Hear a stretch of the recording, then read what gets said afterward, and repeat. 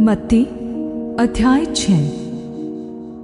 सावधान रहो, तुम मनुष्यों को दिखाने के लिए अपने धार्मिकता के काम न करो, नहीं तो अपने स्वर्गीय पिता से कुछ भी फल न पाओगे। इसलिए जब तू दान करे तो अपना ढिंढोरा न पिटवा, जैसे कपटी आराधनालयों और गलियों में करते हैं, ताकि लोग उनकी बड़ाई करें। मैं तुमसे सच कहता हूँ कि वे अपना प्रतिफल पा चुके। परंतु जब तू दान करे तो जो तेरा दाहिना हाथ करता है उसे तेरा बायां हाथ न जानने पाए, ताकि तेरा दान गुप्त रहे, और तब तेरा पिता जो गुप्त में देखता है तुझे प्रतिफल देगा। और जब तू प्रार्थना करे तो कपटियों के समान न हो, क्योंकि लोगों को दिखाने के लिए आराधनालयों में और सड़कों के चौराहों पर खड़े होकर प्रार्थना करना उनको अच्छा लगता है। मैं तुमसे सच कहता हूँ कि वे अपना प्रतिफल पा चुके। परंतु जब तू प्रार्थना करे तो अपनी कोठरी में जा और द्वार बंद करके अपने पिता से जो गुप्त में है प्रार्थना कर, और तब तेरा पिता जो गुप्त में देखता है तुझे प्रतिफल देगा। प्रार्थना करते समय अन्य जातियों के समान बकबक न करो, क्योंकि वे समझते हैं कि उनके बार बार बोलने से उनकी सुनी जाएगी। इसलिए तुम उनके समान न बनो, क्योंकि तुम्हारा पिता तुम्हारे मांगने से पहले ही जानता है कि तुम्हारी क्या क्या आवश्यकताएं हैं। अतः तुम इस रीति से प्रार्थना किया करो: हे हमारे पिता, तू जो स्वर्ग में है, तेरा नाम पवित्र माना जाए, तेरा राज्य आए, तेरी इच्छा जैसे स्वर्ग में पूरी होती है वैसे पृथ्वी पर भी हो।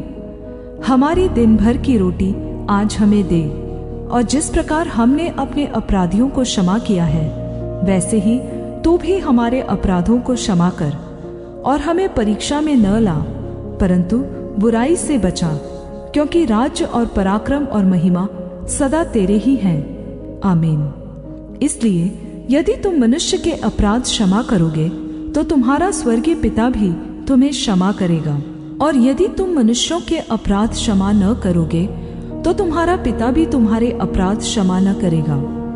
जब तुम उपवास करो तो कपटियों के समान तुम्हारे मुंह पर उदासी न छाई रहे, क्योंकि वे अपना मुंह बनाए रहते हैं ताकि लोग उन्हें उपवासी जाने।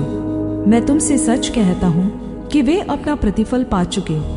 परंतु जब तू उपवास करे तो अपने सिर पर तेल मल और मुंह धो, ताकि लोग नहीं परंतु तेरा पिता जो गुप्त में है तुझे उपवासी जाने। इस दशा में तेरा पिता जो गुप्त में देखता है तुझे प्रतिफल देगा।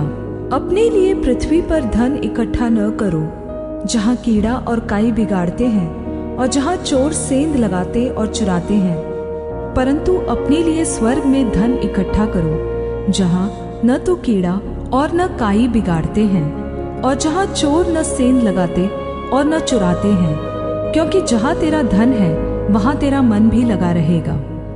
शरीर का दिया आँख है, इसलिए यदि तेरी आँख अच्छी हो तो तेरा सारा शरीर भी उजियाला होगा, परंतु यदि तेरी आँख बुरी हो तो तेरा सारा शरीर भी अंधियारा होगा। इस कारण वह उजियाला जो तुझ में है यदि अंधकार हो तो वह अंधकार कैसा बड़ा होगा। किसी बात की चिंता न करना, क्योंकि मनुष्य दो स्वामियों की सेवा नहीं कर सकता, क्योंकि वह एक से बैर और दूसरे से प्रेम रखेगा, या एक से निष्ठावान रहेगा और दूसरे का तिरस्कार करेगा। तुम परमेश्वर और धन दोनों की सेवा नहीं कर सकते। इसलिए मैं तुमसे कहता हूँ कि अपने प्राण के लिए यह चिंता न करना कि हम क्या खाएंगे और क्या पिएंगे, और न अपने शरीर के लिए कि क्या पहनेंगे। क्या प्राण भोजन से और शरीर वस्त्र से बढ़कर नहीं? आकाश के पक्षियों को देखो, वे न बोते हैं, न काटते हैं और न खत्तों में बटोरते हैं, तो भी तुम्हारा स्वर्गीय पिता उनको खिलाता है। क्या तुम उनसे अधिक मूल्य नहीं रखते? तुम में कौन है जो चिंता करके अपने जीवन काल में एक घड़ी भी बढ़ा सकता है? और वस्त्र के लिए क्यों चिंता करते हो? सोसनों के फूलों पर ध्यान करो कि वे कैसे बढ़ते हैं। वे न तो परिश्रम करते हैं न काटते हैं। तो भी मैं तुमसे कहता हूँ कि सुलैमान भी अपने सारे वैभव में उनमें से किसी के समान वस्त्र पहने हुए न था। इसलिए जब परमेश्वर मैदान की घास को, जो आज है और कल भाड़ में झोंकी जाएगी, ऐसा वस्त्र पहनाता है, तो हे अल्पविश्वासियों, तुमको वह क्यों न पहनाएगा। इसलिए तुम चिंता करके यह न कहना कि हम क्या खाएंगे या क्या पिएंगे या क्या पहनेंगे, क्योंकि अन्य जाति इन सब वस्तुओं की खोज में रहते हैं और तुम्हारा स्वर्गीय पिता जानता है कि तुम्हें ये सब वस्तुएं चाहिए। इसलिए पहले तुम परमेश्वर के राज्य और धार्मिकता की खोज करो, तो ये सब वस्तुएं तुम्हें मिल जाएंगी। अतः कल के लिए चिंता न करो, क्योंकि कल का दिन अपनी चिंता आप कर लेगा। आज के लिए आज ही का दुख बहुत है।